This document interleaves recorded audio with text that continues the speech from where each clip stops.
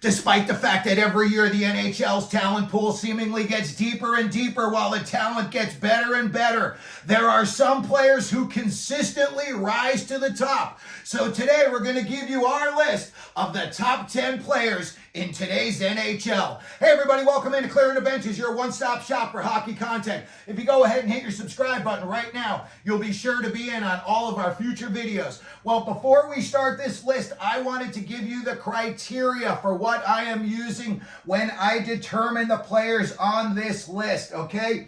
And the first thing on my list is this. Can this player single-handedly take a game over and get his team the win when they need it? Second, does this guy lead by example both on and off the ice? Is this guy the first guy working out in the gym? Is this guy the first guy taking care of himself with a good diet? Is this guy getting lots of good sleep instead of being out and partying?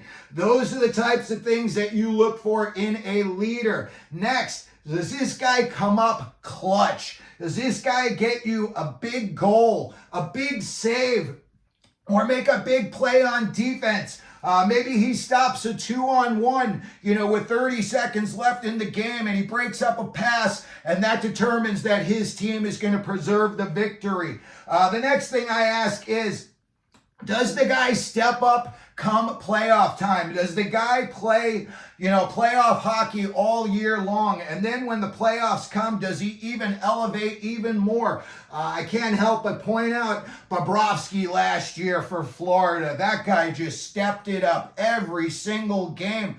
And he just got better and better as the playoffs went along. And then finally, consistency.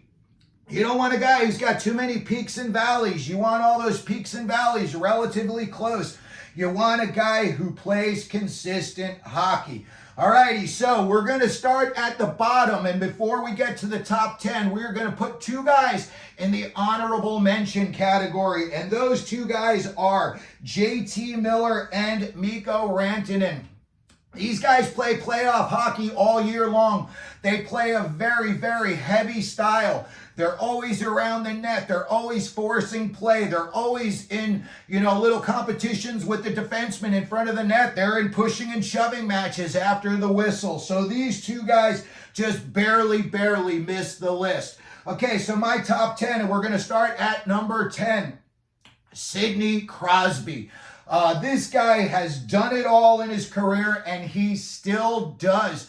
On a pretty crappy Pittsburgh Penguin team, they're just very middle of the road, in my opinion. In the past 2 seasons, this guy was still able to carry that team on his back, and he put up 93 and 94 points the past 2 seasons. Imagine what this guy would have done on Colorado or Edmonton or one of these teams like Toronto with some high flyers where he could distribute it. Nothing for nothing. I know Malkin had a hat trick last night in an exhibition game, but to me, that team is set sail, and unless these guys are all going to drink from the fountain of youth this year, I just don't see it happening. I think the Penguins could be in big trouble early in the season. But Sidney Crosby, to me, this is a list if you're starting off a team and, let's say you're picking 10th in your draft. Sidney Crosby's there. You are definitely taking him. The guy's a leader. He leads by example. He scores. He scores big goals. Has done it all in his career. All right, number 9 on my list is Matthew Tkachuk. The guy's got a warrior mentality. He definitely leads by example. He definitely scores the big goals. He fights. He's got a team-first mentality. When you look at the playoffs, he is like almost number 1 guy. Look what he did to McDavid last year, how badly he frustrated him in the finals. I know, it almost got away from them. But again, you look at the job that he did bottling those guys up and most importantly, taking them off of their game. You're not going to make it so that McDavid can't skate backwards or he doesn't know how to, cross over anymore. No, but you got to make it so that when he does skate backwards or cross over, it's as hard as possible for him. So Matthew Tkachuk, to me, would be number 9 on our top 10 list. Coming in at number 8, Cale Makar. I think he is a top 5 skater in the NHL. This guy's edge work is just insane. A couple of years in a row, I got to see him up close at the mullet. We sat right behind the bench, so right behind the net. So we were only like 75, 80 feet away from the guy, and he's walking the line on the blue line during a power play, and the guy is just putting on, basically a figure skating exhibition in an NHL game. When I look at what he can do, he can be the #1 power play quarterback in the league. Him and Hughes in Vancouver. I don't see anybody that's going to man the back end from the top at the point during the power play better than a guy like Cale Makar. He's had more than a point per game in his NHL career, and rarely does the guy get caught on a 2-on-1, or does he make a bonehead play in his own zone. I know it's all about, on TV they talk about his offense and his skating, but the guy is definitely good in his defensive zone. Next up, number 7, I've got Auston Matthews. Look, this guy's got 60-plus goal capability every year, and he plays great defensively. I know a lot of people don't pay any attention to it, but when you look at his defensive numbers, I did a video last year saying he should have won the Selke Trophy. He's got that good of numbers. He wins faceoffs. He's blocked more shots in the past 5 years than any other forward in the NHL. Auston Matthews, to me, and up until last year and a half, I was not a big Auston Matthews fan. When I thought of him, I thought of Justin Bieber in that big pink outfit he was wearing at the All-Star game. But I'll tell you what, this guy has won me over with his play. Again, he's got great defensive numbers. So I've got Auston Matthews as my number 7 player. Number 6, the only goaltender on this list, and that is going to be Igor Shesterkin of the New York Rangers.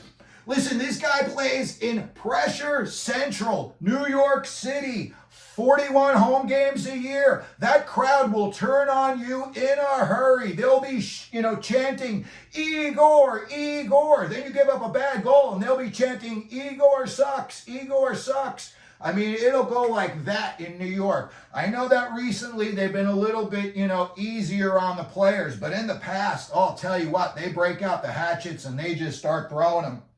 So a guy like Shesterkin is playing under insane pressure every game. When you look at his career numbers, he's a model of consistency. He's 135 wins and only 59 losses in his NHL career. And again, consistency over the past 3 seasons, 36, 37, and 36 wins. So Igor Shesterkin is coming in at number 6 on our list. And again, he is the only goaltender on this list. Coming in at number 5, Leon Draisaitl. Listen, this guy plays a heavy playoff game all 82 games of the regular season. He don't have a playoff switch. Maybe he ramps it up a little bit, but I'll tell you what, his game is consistent all year long. And you want to see a guy who, he doesn't, vary too far. 100 points in 5 of the past 6 seasons. And he also is a type of guy, he likes to clog up lanes in the defensive zone. I don't see him running around all that much, but he's the type of guy that, if he can get his stick on a puck, he can turn it into a turn and burn, and he can have a 2-on-1 going the other way on you in a hurry. Again, but a model of consistency, 100 points, 5 out of the past 6 years. The guy will get you a big goal. He leads by example, warrior mentality. He's going into the fray first. He's not afraid to muck it up a little bit after the whistle. You don't see him dropping the gloves. But the guy definitely, in my opinion, is top 5 in the NHL. And then we go to number 4, Quinn Hughes. I'll tell you what, this guy puts up Jack Hughes-like numbers from the back end. In my opinion, he is the best defenseman in the NHL. I know Cale Makar is right there. In the past, it was Adam Fox, and he seems to have kind of, tailed off just a little bit the past 2 seasons, and it may be a case more of these 2 guys elevating their game more than he has recently. But when I look at him, again, I think guy's the best defenseman in the NHL, puts up numbers like his brother this year. I just did a video. Who's going to have more points, him or Jack Hughes?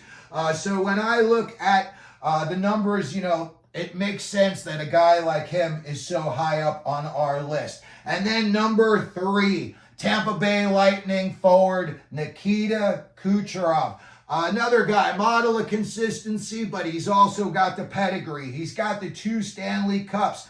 He's had over 100 points 4 times in the past 6 seasons. They don't really have too many spring chickens on that team. Now you got Jake Guentzel coming down there. But that was a team that was a little bit older, and considering the guy put up like 144 points, I think it was, this past season.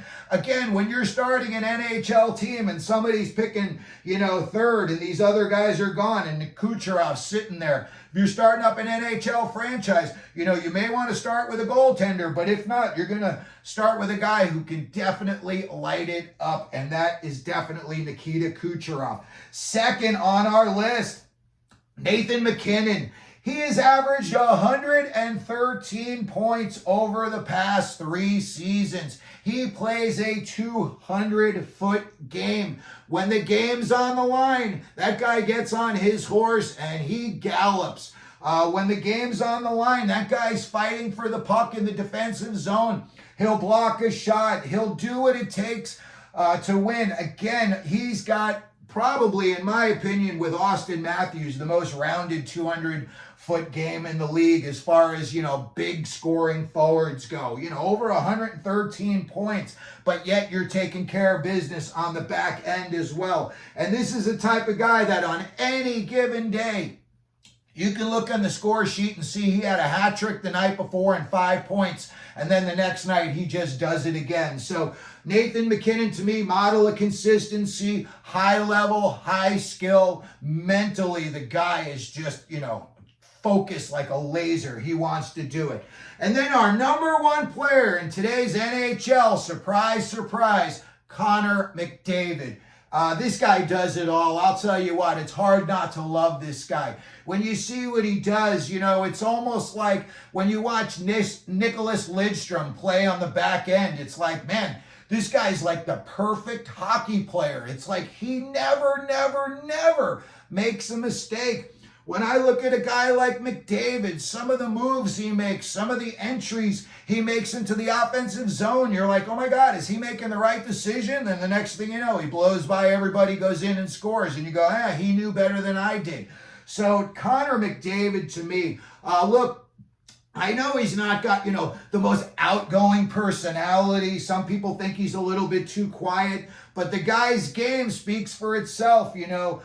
You could tell after this season, he was visibly upset, you know, when they were asking him all those questions like 5 minutes after they just lost the cup. You could see he was really upset. You know, I know he got married in the offseason, Draisaitl, same thing. And I'm sure these guys, you know, let loose during the offseason. They blew off some steam.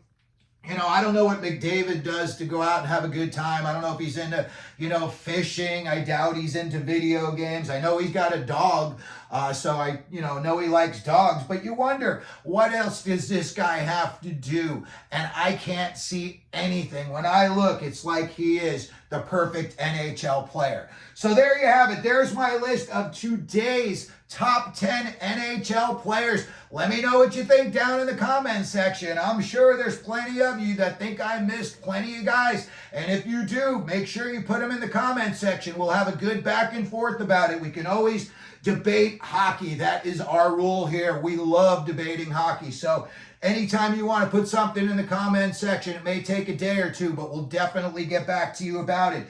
Also, if you want, you can like the video. Don't forget to subscribe. And as we always do here at Clearing the Benches, let them know you're out there.